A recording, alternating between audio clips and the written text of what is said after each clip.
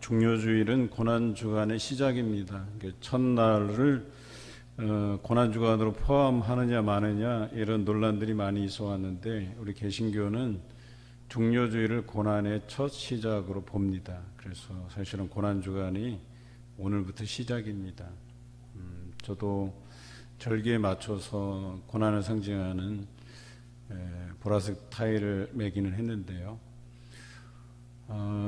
이 고난의 그 시작과 더불어서 우리 성도들 삶에서 고난이 찾아온 가정들도 있어요. 육신의 연약함, 또 코로나 확진돼서 어려움을 당하고, 또 이 해제된 이후에도 또 여러 가지 후유증으로 고생하시는 분들도 있고, 또 교통사고로 입원해 계신 분도 계시고, 여러모로 왜 이런 일들이 고난주간에 또 일어나서 이렇게 어렵게 할까? 제가 볼 때는 좀 우리가 곰곰이 한번 우리 삶을 되돌아볼 수 있는 좋은 기회가 되지 않을까 하는 생각을 해봅니다. 어느 권사님이 주중에 확진이 돼서 그동안 분주한 일상에서 내가 하나님의 말씀을 제대로 묵상하지 못해서인지 좀 더 이렇게 말씀에 집중하라고 이런 기회를 주시지 않았나, 그런 묵상을 하신 권사님도 계셨어요. 사순절 매일 말씀 묵상을 통해서 영성일기를 써가고 있습니다. 영성일기 그 몇 줄 쓰는 게 대수냐? 대수입니다. 엄청나게 어려운 일이고 힘든 일이고, 또 그런 연습이 필요합니다. 내가 묵상한 것이 어떻게 정리되고, 그 정리되는 가운데 내 삶을 들여다보게 되고, 또 하나님께서 동행하신 그 삶의 흔적들, 발자취들을 우리가 밟아가는 거예요. 이렇게 추적하는 거죠. 찾아보는 거예요. 이렇게 해서 하나님께서 나와 함께 해주셨구나 라고 하는 것을 정리해 보는 시간들입니다. 하루도 이렇게 한 번 쓰기도 어려운 것을 40일 가까이 내내 해오시는 분들이 계셔요. 참 대단하다는 생각이 들고, 또 하나님께서 그분들에게 또 그 영성적인 깊이와 넓이를 더해 가실 줄로 믿습니다.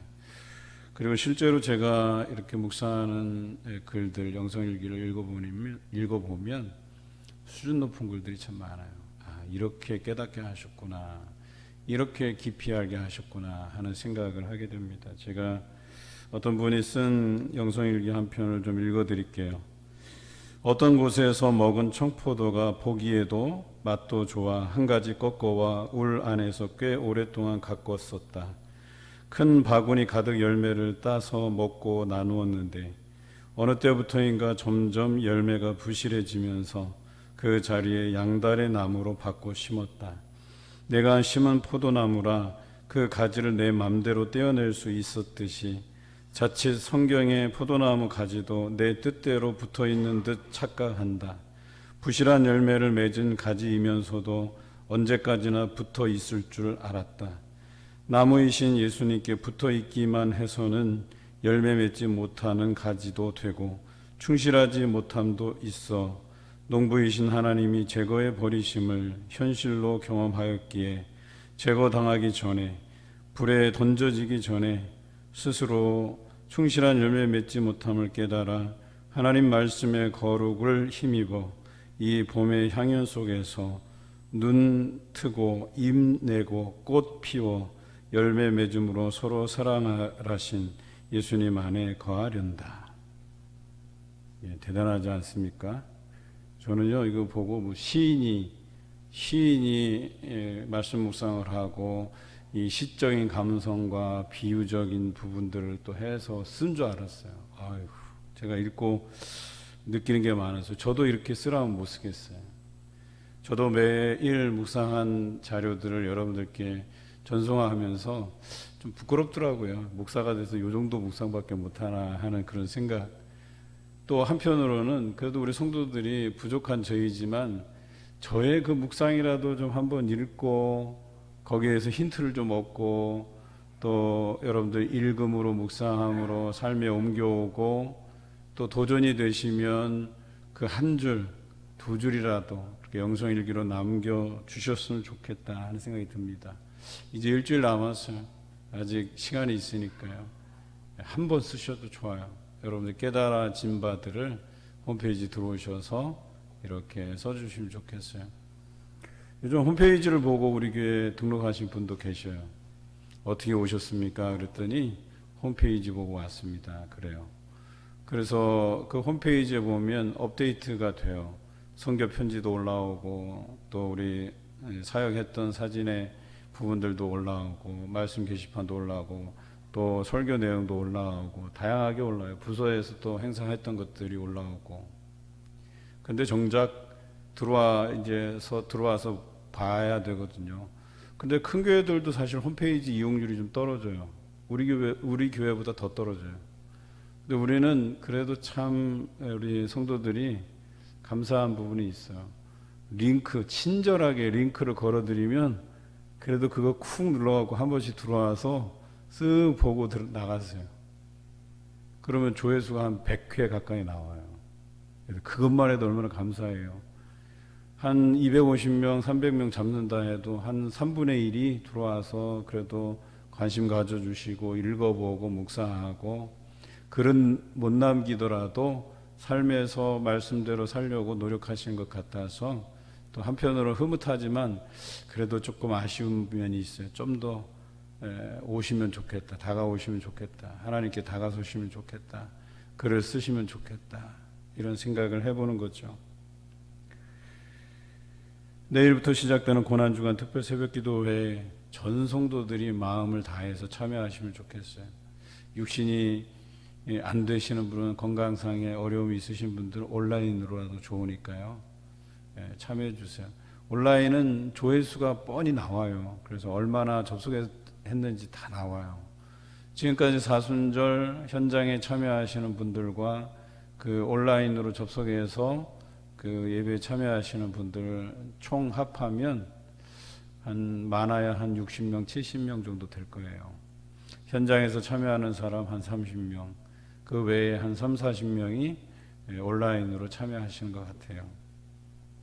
하지만 이번 고난주간은 좀 성전에 나와서 여러분들 기도하시면 좋겠다 하는 생각이 듭니다. 그리고 영성일기도 한 번쯤 쓰시면 좋겠다 하는 생각이 듭니다. 오늘 본문을 함께 묵상하기 전에 열왕기와 역대기의 차이에 대해서 좀 설명을 드려야 될 것 같아요. 혹시 눈치채셨습니까? 열왕기하고 역대기서는 어떤 차이가 있는지? 열왕기에는 북왕국 이스라엘과 남왕국 유다의 이야기가 동시에 기록되어 있죠. 역대기에는 어떻게 기록되어 있나요? 눈치 못 채신 분들은 뭐 역대기나 열왕기나 다 그게 그거지. 이스라엘 역사를 나타내니까. 역대기에는 북왕국 이스라엘이 없습니다. 이렇게 얘기하니까 그랬던가? 오늘에서야 또 아시는 분들은 야 이거 좀 성경에 대해서 좀 관심을 가지셔야 되겠다 하는 생각이 들어요. 또 이 저작의 시기가 달라요. 열왕기서는 남왕국 유다가 멸망하고 나서 쓰여진 글이에요. 그래서 그들이 왜 우리가 멸망했는가, 멸망한 이유에 대해서 쓰고 있는 역사서가 열왕기서입니다. 그런데 역대기서는 언제 쓰여졌냐? 그들이 70년 포로기를 마치고 돌아와서 쓴 겁니다. 그래서 열왕기를 읽다가 이것을 재해석해서 쓴 역사서가 역대기서예요. 그런데 역대기에서는 주 관심사가 그들이 어떻게 멸망했는가 그 이유에 대한 설명을 밝히려 하지 않고 그것은 열왕기에서 다뤘으니까 역대기에서는 뭐에 관심이 있었냐? 누가 참 하나님의 사람이냐? 여기에 관심이 있었던 거예요. 그래서 왕조의 정통성을 강조한 거예요. 그래서 솔로몬의 적통은 르호보암이지 여로보암이 아니다는 거예요. 그래서 여로보암이 열어놓은 북왕국은 정통성이 없다는 거예요. 그래서 역사에서 제외한 겁니다. 그리고 알다시피 북왕국 이스라엘은 선한 왕이 한 명도 나지 않았어요. 근본이 잘못되었기 때문에 그것은 하나님께 오히려 누가 되는 왕조였다라고 평가한 거예요. 뿐만 아니라 남유다 사람들 중에서도 누가 참 하나님의 사람이냐, 바벨론이 쳐들어왔을 때 어때요? 예레미야 선지자를 통해서 하나님께서 말씀하신 것은 바벨론 포로로 잡혀가라는 거예요. 참 하나님도 무심하시지. 저희는 끝까지 항전하랍니다. 어떻게 나라를 통째로 내줍니까? 하실 수 있어요. 그런데 그들이 하나님을 온전히 섬기지 못했기 때문에 하나님께서는 바벨론을 통해서 이 나라의 모든 것들을 넘겨주신 거예요. 그리고 그들이 70년 포로기를 지나게 하신 거예요. 그래서 역대기서의 관심은 누가 참 하나님의 사람이냐라는 질문에 하나님의 말씀대로 70년 포로기를 지내고 돌아온 사람들이 하나님의 진정한 백성이다. 이런 결론을 내린 겁니다. 그렇다면 그들이 끝까지 항전하다가 바벨론이 두려워서 포로로 잡혀가기 싫어서 애굽으로 도망친 유다인들, 그 사람들도 참 하나님의 백성이 아닌 것이죠. 여러분들 생각에는 내가 포로로 잡혀가니 차라리 죽고 말지, 내가 차라리 애굽으로 도망치다가 죽는 한이 있어도 내가 도망가지. 아닙니다. 하나님께서 원하시고 계획하시고 그렇게 하도록 하신 것이죠. 하나님의 말씀에 순종한 이들을 이 역대기에서는 그들이 참 하나님의 백성들, 이사야서로 말씀드리면 남은 자들, 렘넌트라고 하는 이 시대에 하나님께서 남겨둔 자들, 그리고 그들을 통해서 다시 중흥기를 이루어 가실 그런 사람들, 이루어가게 하실 그런 사람들. 그리고 구약의 3대 황금 세대 중에 한 황금 세대가 포로기 귀한 세대예요. 포로기에서 70년 동안 에스겔 선지자를 통해서 그들이 설득당하고 권면하고, 그리고 다시 마른 뼈들이 살아남같이 너희를 살려낼 것이라고 하는, 회복시킬 것이라고 하는 이 말씀을 믿고 그들이 잘 견디었다가 돌아와서 처음에 스룹바벨을 통해서 1차 스룹바벨을 통해서 하나님의 성전을 재건하고, 2차 귀환 때 에스라를 통해서 그들이 말씀 안에 율법을 다시 한번 찾고 말씀에 충실할 수 있도록 말씀을 가르치고, 3차 귀환 때 느헤미야를 통해서 예루살렘 성벽을 재건하고 사회개혁을 이루었던 것이죠. 그래서 얼마간 그들이 말라기 선지자 때까지는 얼마간 그들이 황금세대를 이룰 수 있었다는 것입니다. 여러분, 남유다는 하나님을 배반했어요. 우상들을 섬겼어요. 그들이 한때 매우 잘못했어요. 나라를 잃을 만큼 잘못했어요. 그럼에도 불구하고 하나님께서는 그들을 바벨론 포로기에서 단련시키고 훈련시켜서 또 제대로 회개시켜서 하나님의 그 약속하신 땅으로 다시 돌아와서 그들을 새로운 전성기로 맞아주시는 것을 우리가 경험하잖아요.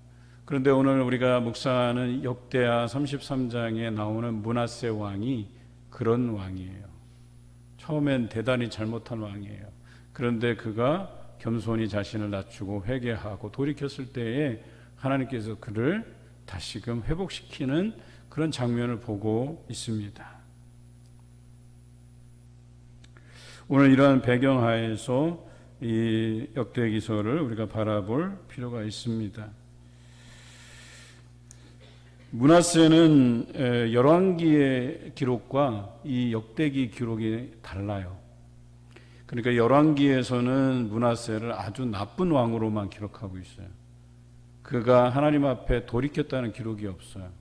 그저 그가 악했던 왕으로만 평가하고 있습니다. 그런데 역대기에서는 이 므낫세가 다르게 재평가되고 있어요. 역대기에 보면, 오늘 우리가 읽은 말씀에 보면 그가 죄악에서 돌이켰다. 그리고 그가 하나님 앞에 크게 겸손하여서 하나님 앞에 기도했다. 이렇게 표현하고 있어요. 그리고 본문에 보면 하나님께서 므낫세의 기도를 들으셨다. 그리고 그가 잡혀갔던 그 바벨론 땅에서 다시 돌아오게 하셔서 예루살렘에서 왕위를 되찾게 하셨다. 이렇게 기록하고 있습니다. 이것은 열왕기에는 없는 기록이에요. 그래서 이 역대기에서는 므낫세를 결론적으로는 그래도 제법 괜찮은 왕이었다 이렇게 평가하고 있습니다. 므낫세가 도대체 어떤 죄악을 저질렀을까 이런 기록을 한번 찾아볼게요. 33장 2절과 3절에 이렇게 기록되어 있습니다. 하나님께서 히스기야를 통해 헐어버린 그 이방 사람들의 가증한 산당을 다시 세웠다 그랬어요. 그리고 거기에다가 바알을 위해서 제단을 만들었다. 그리고 1월 성신을 경배하고 섬겼다 이렇게 기록하고 있습니다. 그런데 열왕기의 기록은 좀 더 심하게 기록되어 있어요. 이것도 다 기록하고 있지만 조금 더 보태서 이렇게 기록하고 있죠. 자기 아들을 불 가운데 지나가게 해서 점을 치고 사수를 행하고 신접한 자와 박수를 신임하여서 하나님의 진노를 일으켰다 이렇게 기록하고 있습니다. 뿐만 아니라 아로색인 아세라 목상을 성전에 세웠다 이렇게 기록하고 있어요. 여러분, 북왕국이든 남왕국이든 다 통틀어서요 이 정도로 나쁜 왕이 잘 없어요. 그러니까 이 므낫세는 대단히 나쁜 사람이에요. 그런데 그의 아버지 히스기야는 어떤 사람이었습니까? 정말 하나님 앞에 신실한 왕이었었어요. 그리고 아수르가 침범했을 때, 사네립이 대군을 끌고 왔을 때, 그가 처음에 마음에는 애굽을 의지해서 애굽에게 도움을 청하려 했을 때에 선지자 이사야가 말려요. 하나님을 붙들어야 된다고. 그래서 하나님을 붙들고 기도했을 때 하루아침에 사네립의 군사가 전멸을 당합니다. 그리고 사네립이 철수하고 사네립은 자기 본국으로 돌아가서 암살당하고 아수르의 이 나라의 기운이 완전히 저물어 버려요. 그래 아수르의 시대가 완전히 저물어 버려요. 그 정도로 하나님께서 그 하나님을 의존한 사람에게 그런 하나님의 놀라운 기적을 베풀어 주신 그 왕이 히스기야입니다. 그가 병들어 죽기 직전에 그가 하나님 앞에 간구하고 기도해요. 자기 수명을 좀 연장시켜 달라고. 그리고 하나님께서는 그의 기도를 들으시고 그의 생명을 연장시켜 주죠. 여러분, 그 밑에서 자란 사람이 므낫세예요. 므낫세는 그 아버지의 그런 역사를 보면서 하나님의 살아계심을 분명히 알았을 거예요. 느꼈을 거예요. 그럼에도 불구하고 그는 교만했다는 것이죠. 저도 아들, 딸 키우는 입장에서 늘 걱정하는 게 뭐냐면 이 녀석들이 목사 아들이고 목사 딸일까 봐 그게 무슨 자신의 신앙을 담보하는 양 의기양양하고 지들이 좋은 믿음을 소유했다고 생각하지 않기를 바라는 마음이 있어요. 그래서 늘 초심을 가지고 내가 연약하고 믿음 없고 그래서 늘 흔들릴 수 있고 그래서 하나님을 의지할 수밖에 없고 늘 이랬으면 좋겠어요. 우리 중건이가 학교에서 이제 일주일 생활하는 이야기들 들으면 하나님이 함께 해주시는구나 해서 안심이 돼요. 처음에는 이게 뭐 곱비 풀린 망아지 같은 느낌이었었어요. 그래서 제가 속으로 저러다가 코로나 걸리지 했는데 또 걸려서 왔어요. 또 그때 그러다가 아이고 걱정이 그냥 산더미 같은데 그래도 뭐 걱정해서 뭐 해결되는 게 없잖아요. 하나님께 기도하는 거죠. 그런데 이번 주에 들은 소식은 주변에 좋은 신앙의 동역자들을 만나게 하더라고요. 좋은 신앙의 친구들을 만나게 하고 그래서 그렇구나. 이게 걱정한다고 해서 되는 게 아니구나. 하나님께 기도하면 그렇게 알아서 하나님께 좋은 친구들을 붙여주시고 신앙에 대해서 더 깊이 생각할 수 있게 하고 그러는구나 하는 생각이 들었어요. 여러분 고난주간 하나님을 묵상하시기 바라요. 예수님과 동행하시길 바라요. 그리고 그 안에서 믿음으로 기도하시길 바라요. 여러분들 걱정하는 것들 여러분들 다 해결해 주시고 그것으로 인해서 여러분 더 이상 그것이 내 삶의 문제가 되지 않을 만큼 하나님께서 인도해 주실 줄로 믿습니다. 오늘 므낫세가 그런 신앙적인 배경에서 자랐음에도 불구하고 므낫세가 엉터리같이 생활했어요. 그래서 그의 아버지는 하나님을 잘 섬겼지만 이 사람은 하나님을 잘 섬기지 않았어요. 그래서 오히려 산당들을 만들고 거기서 우상들을 섬기게 하고 자기도 섬기고 자기 아들 불 가운데 지나가면서 점치는 데 사용하고 신접한 자들을 우대하고, 그래서 하나님께서 진노하셨다는 거예요. 그래서 어떻게 하셨냐면 11절에 아수르 군대가 쳐들어와서 므낫세를 잡아가요. 그래서 쇠사슬로 결박해서 끌고 가요. 열왕기에서는 그가 하나님 앞에 회개하고 뉘우친 기록이 없는데 오늘 이 역대기 기록만큼은 좀 특별해요. 그래서 제가 오늘 이 본문을 선택한 거예요. 여러분, 그가 악한 행실을 했다는데 방점이 찍히는 게 아니고요, 설사 그렇더라도 내가 돌이켜서 회개하고 하나님 앞에 어떻게 섰느냐가 여러분 인생의 방점이 찍히는 거예요. 그게 중요하다는 거예요. 그래서 그는 하나님 앞에 돌이켜서 회개했다는 여기에 초점을 맞추고 있는 거예요. 그리고 이 므낫세의 이야기는 역대기 전체의 스토리의 주제예요. 그들이 잘못해서 하나님을 배반해서 우상을 섬겨서 바벨론 포로기에 들어갔지만 그들이 다시금 회개하고 돌이켜서 70년 포로기를 마치고 돌아왔다는 데에 핵심 포인트가 있는 거예요. 그리고 성전을 재건하고 성벽을 재건하고 하나님의 말씀을 듣고 가르치고 그리고 사회개혁을 이루어서 황금기를 구가했다라고 하는 이 내용이 역대기에서의 핵심적인 내용이에요. 그런데 므낫세가 그랬다니까요. 또 특히 므낫세는 왕 위에 오래 앉은 사람이에요. 오랫동안 왕으로서 활동한 사람이에요. 그래서 더더욱 의미가 있어요. 본문 12절에 이렇게 기록되어 있죠. 그가 환난을 당하여 그의 하나님 여호와께 간구하고 그의 조상들의 하나님 앞에 크게 겸손하여 라고 되어 있어요. 그러니까 그가 죄지은 근본적인 원인이 뭐예요? 교만해서 그런 거예요. 아버지가 이룬 이 남왕국의 전성기를 자기가 구가할 줄 알았던 거예요. 자기도 물려받아서 잘 될 줄 알았던 거예요. 그래서 하나님 패스해버리고 여러 신들을 막 섬기고 자기 멋대로 자기가 왕위에 올랐다고 해서 그 교만한 마음을 가지고 이렇게 저렇게 다 휘둘러 버린 거예요. 사람들의 말 듣지 않고. 여러분, 히스기야 때의 그 신하들이 얼마나 대단한 신하들인지 몰라요. 히스기야 때는 젊은 신하들이었었어요. 그런데 이 사람들이 이제 나이 들어가면서 이 므낫세 다음에 아몬 다음에 요시야가 왕위에 오를 때 이 요시야 때에 요시야의 개혁을 뒷받침해 준 신하들, 그 늙은 신하들이 바로 이 히스기야 때의 신하들이에요. 저는 이렇게 생각해요.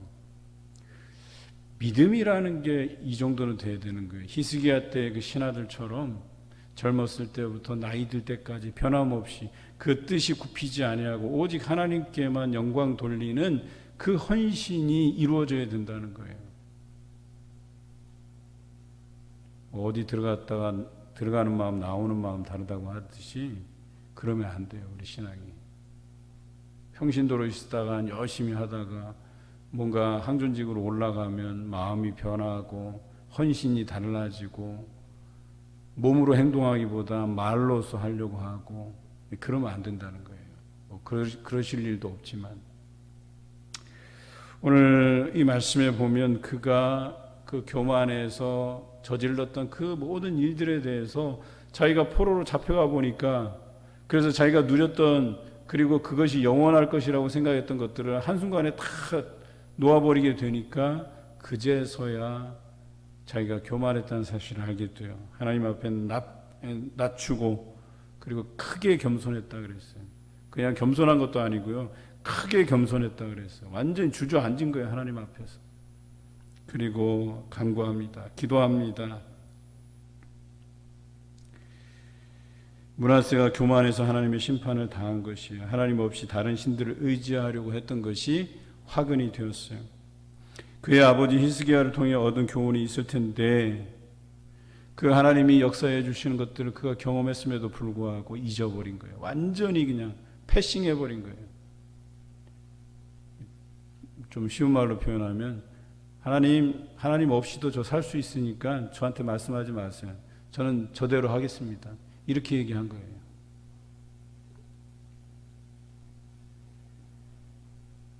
그리고 그는 이런 일들로, 고난당하는 일들로 인해서 깨닫고 돌이키고 겸손하여져서 자신을 낮추었어요. 그리고 기도했어요. 그랬더니 13절에 므낫세가 기도했더니 하나님께서 그 기도를 들으셨다 그랬어요. 들어주셨다 그랬어요.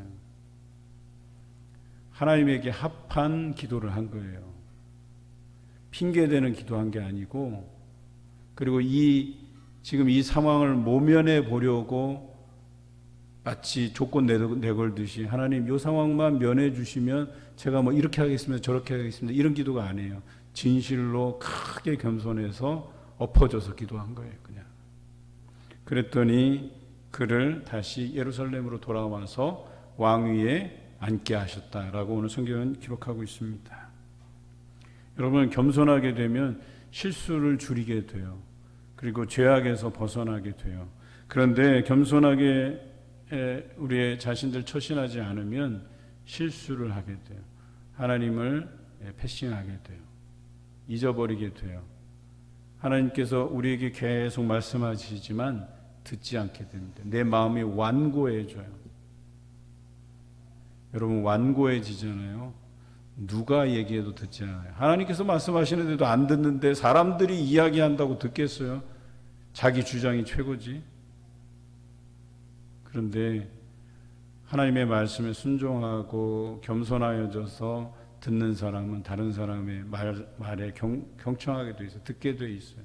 내 주장보다 그것들을 잘 듣고. 저희가 기도학부모 이야기 교실에서 주도형의 장점이 있어요. 그게 뭔지 아세요?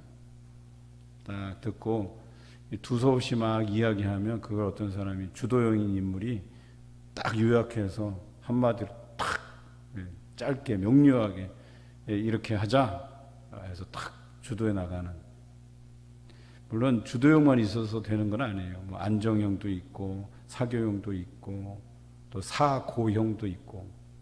그래서 깊이, 모사처럼 깊이 묵상하고 깊이 생각하고, 그래서 아주 치밀하고 이런 사람도 있어야 되고, 또 한쪽으로는 너무 치밀하고 하면 피곤하니까 옆에서 사교형, 좋은 게 좋은 거다, 분위기 이렇게 띄우고 으쌰으쌰 하고, 야 밥 먹으러 가자 하고 막 이런 사람도 옆에 또 있어줘야 되고, 또 안정적인 기운을 가진 사람도 있어서요. 주로 이제 경청하는 사람들, 그리고 관계를 원만하게 하는 사람들, 다투지 않고. 리더형은, 주도형은 좀 다퉈요. 왜냐하면 자기 주장으로 끌고 가야 되니까. 그러니까 끌고 가야 되는 사람이 있고, 안정적으로 이렇게 자리 잡아줘야 될 사람들이 있고, 뭐 이런 것들을 다룬 거예요. 여러분, 사실 그런데 이런 유형들이 중요한 게 아니라 우리가 정말 잘못했을 때 하나님께로 돌이킬 수 있느냐가 중요한 거예요. 어떤 유형의 사람이든 우리가 잘못할 때가 있어요. 장점이 있으면 단점이 있거든요.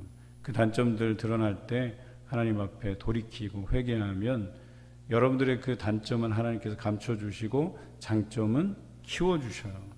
그래서 그것이 교회를 유익하게 하고 하나님의 복음을, 예수 그리스도의 복음을 융성하게 하는데 귀히 쓰임받게 되는 거죠. 므낫세가 그랬다는 거예요. 그런데 참 안타까운 것은 므낫세가 돌이켜서 회개하고 다 좋아요. 근데 한 가지 안타까운 거는 히스기야, 아버지인 히스기야가 헐었던 산당들을 다시 세웠잖아요. 그렇죠? 그런데 마음은 돌이켰으나 이 산당들을 헐었다는 내용이 없어요. 오히려 그의 아들 아몬이 그 산당들에서 우상들을 섬겼다고 오늘 본문 뒤에 나와요. 그게 좀 안타까운 것이죠. 물론 므낫세 자신은 하나님 앞에 온전히 서갔다고 할 수 있겠지만 그가 돌이키고 잘못된 것들을 다시 이렇게 원상 복귀하지 않았다는 거예요.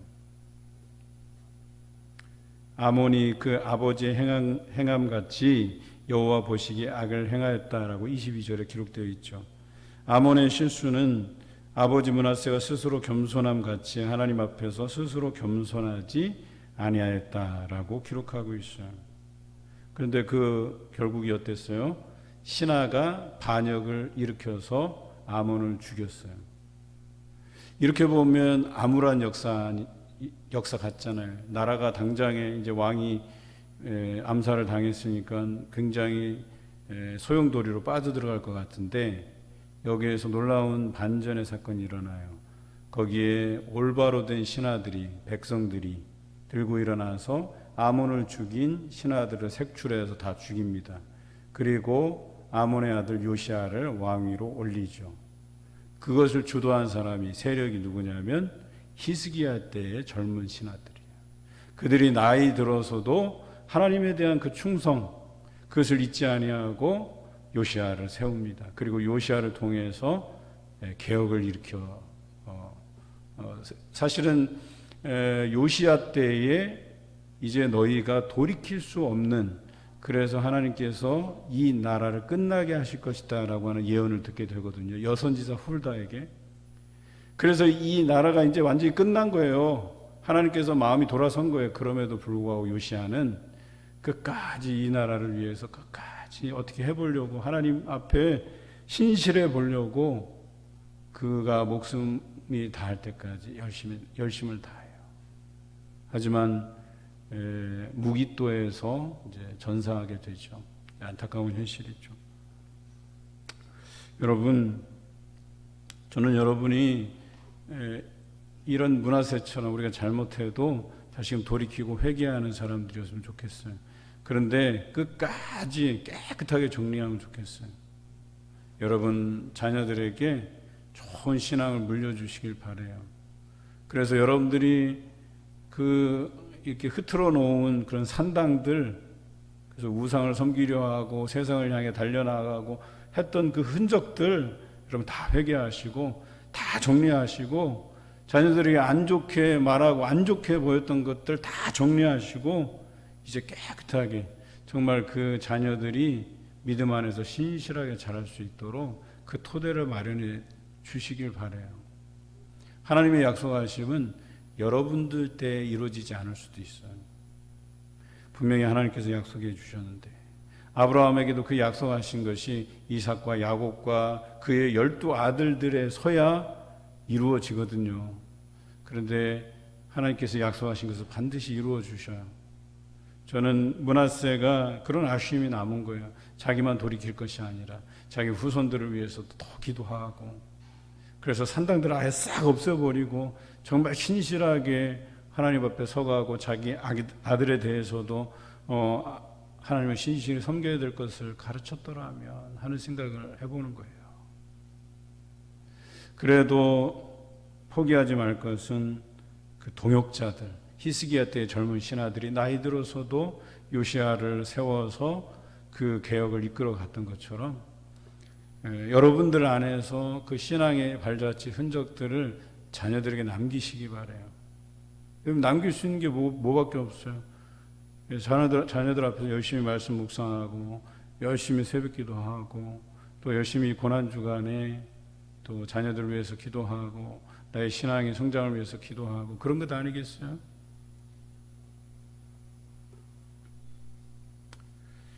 하나님의 역사는 진행됩니다. 역사는 어떻게 흘러가는지를 우리 하나님께서는 아셔요. 계획하시는 거예요. 그런데 그 사람에게 기회를 주지만 그 사람이 그 기회를 던져버리면 하나님께서도 므낫세를 던져버리신 같이 우리를 던져버리시는 거예요. 필요 없다는 거예요. 그런 사람들. 그런데 던져버리시더라도 우리가 던져진 곳에서 깨달음이 있고 다시금 하나님 앞에 돌이키고 기도하면 다시 세워주시는 거예요. 그 사람들 통해서 역사를 이루어 가시는 거예요. 그런데요, 그 과거의 흔적들 깨끗하게 정리해야 돼요. 그래서 하나님 앞에 신실하게 서가시는 여러분 되시길 주님의 이름으로 기원합니다.